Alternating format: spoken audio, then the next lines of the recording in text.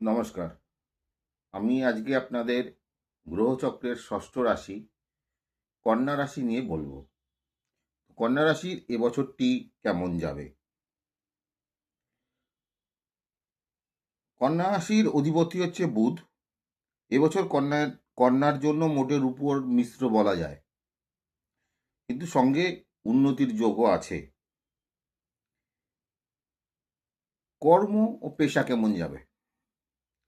Massive গ্রোথের বছর। চাকরি, ব্যবসা, সেলফ প্রফেশন, তিন ক্ষেত্রেই উন্নতির যোগ আছে।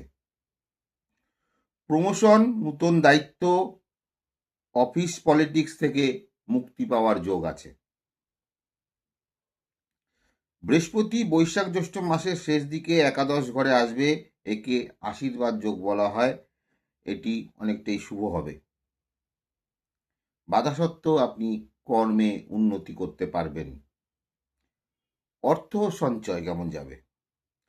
বছরটা আর্থিক দিক থেকে ভালোই যাবে, তবে বছরের শুরুতে ঋণ বৃদ্ধির সম্ভাবনা আছে, তাই সঞ্চয়ে মন দেওয়ার পরামর্শ দিচ্ছি।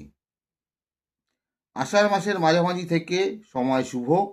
নতুন কাজের বা প্রজেক্টে শুরু করলে সফলতা পাবেন। ঋণ বা লোনের চাপ কমবে। অর্থনৈতিক ড্যামেজ কাটিয়ে উঠতে পারবেন। শিক্ষা ও উচ্চশিক্ষা কেমন যাবে? জ্যৈষ্ঠ মাসে গ্রোথ রেট, সাকসেস রেট বেশি। উচ্চশিক্ষায় সাফল্য ও স্বল্পকালীন বিদেশ যাত্রার যোগ রয়েছে। বিদ্যাক্ষেত্রে ম্যাসিভ ইমপ্রুভমেন্ট দেখা যাবে। ধৈর্য রাখতে হবে। প্রেম ও দাম্পত্য পরিবার কেমন যাবে? দাম্পত্য ছোটখাটো খুঁটিনাটি হলেও সংসার সমৃদ্ধি করার উপায় আপনাদের দুজনকে মিলেই খুঁজে নিতে হবে।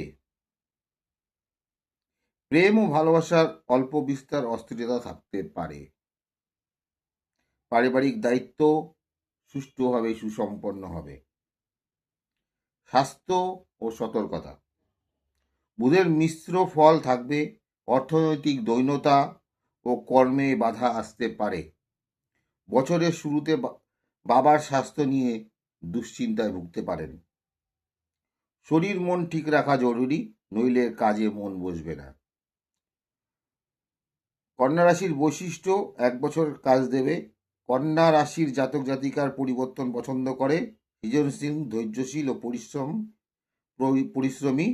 বাধা অতিক্রম করার বুদ্ধিও আছে, তাই এই গুণগুলিকে কাজে লাগিয়ে আপনারা এগিয়ে যেতে পারেন।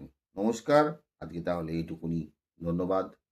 ভালো লাগলে লাইক করবেন, কমেন্ট করবেন, আর খুব ভালো লাগলে শেয়ার করে দেবেন। নমস্কার।